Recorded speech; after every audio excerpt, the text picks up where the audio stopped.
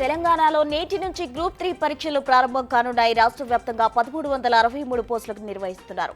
పరీక్ష కోసం అన్ని ఏర్పాట్లు చేశారు అధికారులు. 1401 కేంద్రాల్లో 5,36,395 మంది అభ్యర్థులు పరీక్షకు హాజరు కానున్నారు.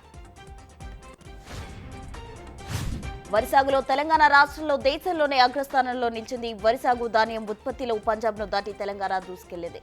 వానాకాలంలో మునుపెన్నడూ లేని విధంగా 66 లక్షల ఎకరాలకు పైగా విస్తీర్ణంలో వరి సాగు చేశారు రైతులు. దిగుబడి 153 లక్షల టన్నులు వచ్చింది. ఏపీ సీఎం చంద్రబాబుకు కాంగ్రెస్ అగ్రనేత రాహుల్ గాంధీ ఫోన్ చేశారు. బాబు సోదరుడు రామ్మూర్తి నాయుడు మృతిపై ఆయన సంతాపం వ్యక్తం చేశారు. చంద్రబాబు కుటుంబాన్ని పరామర్శించేందుకు ఆయన కాల్ చేశారు. ఇక చంద్రబాబు కుటుంబానికి తన ప్రగాఢ సానుభూతి తెలిపారు రాహుల్ గాంధీ.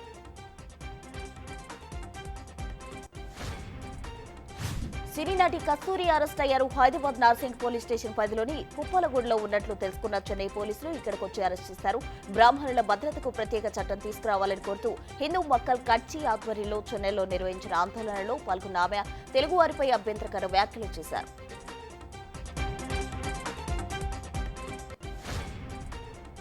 పోలీస్ బ్యాడ్జీలో మార్పులు చేస్తూ ప్రభుత్వం నిర్ణయం తీసుకుంది. రాష్ట్ర ప్రభుత్వం ఇటీవల టీఎస్ ఉన్న పేరును టీసీగా మారుస్తూ నిర్ణయం తీసుకున్నారు. దీనిలో భాగంగా పోలీస్ బ్యాడ్జీలో మార్పులు తీసుకురావాలని నిర్ణయించారు.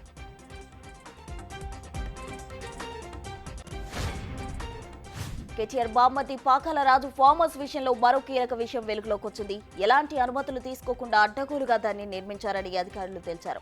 ఇటీవలే రేవ్ పార్టీ నిర్వహించి పాకాల రాజు ఆ ఫామ్ హౌస్ లో అడ్డంగా దొరికిపోయారు. ప్రస్తుతం ఆ కేసు విచారణ జరుగుతోంది. ప్రజా గాయకుడు గద్దర్ కుమార్తె వెన్నెలకు రేవంత్ రెడ్డి ప్రభుత్వం కీలక పదవి అప్పచెప్పింది. తెలంగాణ రాష్ట్ర సాంస్కృతిక సారథి చైర్పర్సన్ గా ఆమెను నియమించింది. దీనికి సంబంధించి ఉత్తర్వులు ప్రభుత్వం జారీ చేసింది.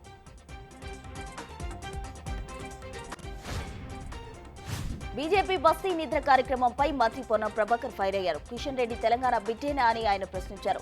ఒకసారి DNA టెస్ట్ చేయించుకోవాలని సెటైలు వేశారు. కేసీఆర్ డైరెక్షన్ లోనే కిషన్ రెడ్డి మూసీ నిద్ర జరుగుతోందని ఆరోపించారు. మొద్దు నిద్ర వీడి వాస్తవాలు చెప్పాలని డిమాండ్ చేశారు.